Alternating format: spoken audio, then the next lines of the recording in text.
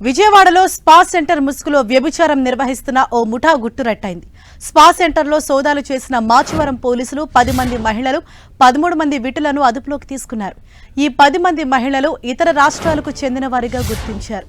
ఓ YouTube ఛానల్ను అడ్డం పెట్టుకుని స్పా సెంటర్ నిర్వహిస్తున్నట్లు పోలీసులు తేల్చారు. ప్రస్తుతం స్పా సెంటర్ నిర్వాహకులు పరారీలో ఉన్నట్లు తెలుస్తోంది.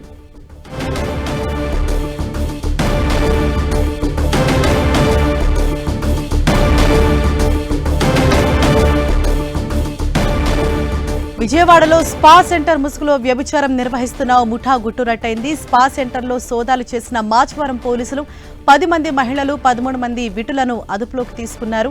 ఇదే విషయానికి సంబంధించి మరింత సమాచారంతో మా ప్రతినిధి తిరుమలరావు మనకు అందుబాటులో ఉన్నారు. తిరుమలరావు, అంటే ఎన్ని రోజులుగా వీరు గుట్టు చెప్పుడు కాకుండా దండాన్ని నిర్వహిస్తున్నట్లుగా పోలీసులు చెప్తున్నారు? ఎంతమందిని అదుపులోకి తీసుకున్నారు?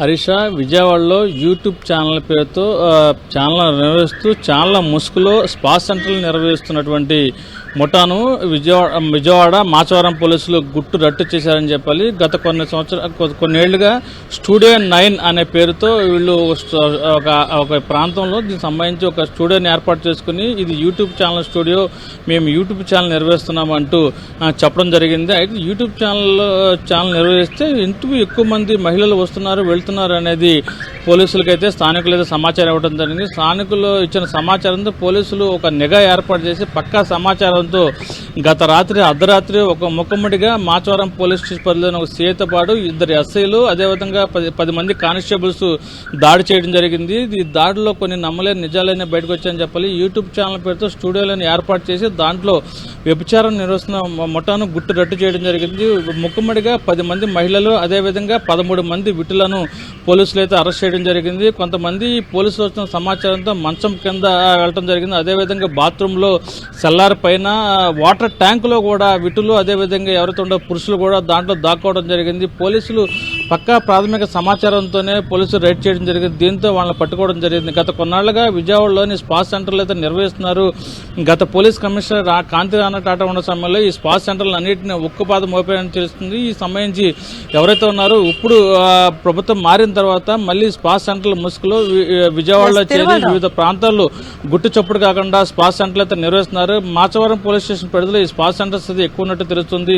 ఈ నేపథ్యంలోనే వచ్చిన సమాచారంతో సీఏ ప్రకాష్ దాడి చేసి వీళ్ళందరినీ అరెస్ట్ చేయడం జరిగింది. హరీష, తిరుమలరావు, అంటే ఈ యూట్యూబ్ ఛానల్ అన్నది వాళ్ళు అసలు ఎప్పుడు స్టార్ట్ చేశారు? ఎన్ని రోజులుగా ఈ వ్యవహారం నడుస్తున్నట్లు పోలీసులు చెప్తున్నారు? అంటే యూట్యూబ్ ఛానల్ అనేది AP23 యూట్యూబ్ ఛానల్ అనేది పేరైతే ఉంది. ఇది సంబంధించి గత 3 సంవత్సరాల నుంచి ఇది మార్కెట్లో నేను యూట్యూబ్ ఛానల్ నడిపిస్తానని చెప్పేసి చెప్పడం జరిగింది. యూట్యూబ్ ఛానల్ అని అందరూ అనుకుంటున్నారు. అదేవిధంగా యూట్యూబ్ ఛానల్కి వస్తున్న వాళ్ళని ఇంటర్వ్యూ జరుగుతుందని చెప్పేసి స్టూడియో 9 అనే దాంట్లో ఇంటర్వ్యూలు చేస్తున్నానని చెప్పేసి అయితే అందరూ అనుకున్నారు. 3 సంవత్సరాల ఏంటి గుట్టు చప్పుడు కాకుండా ఈ స్పా సెంటర్లు నిర్వహిస్తున్నట్టు పోలీసులు కూడా గుర్తించడం జరిగింది. ఈ ఎవరైతే ఉన్నారో ఈ భార్గవ్ అని చెప్పేసి ప్రధానంగా ఈ నిర్వాహకుడు పోలీసులు గుర్తించారు. ఈ భార్గవ్తో పాటు ఇంకెవరుండారని చెప్పేసి అయితే తెలుస్తుంది. అయితే ఈ స్పా సెంటర్ల ముసుగులో కొంతమంది మీడియా ప్రతినిధులు కూడా ఉన్నట్టు కూడా తెలుస్తుంది.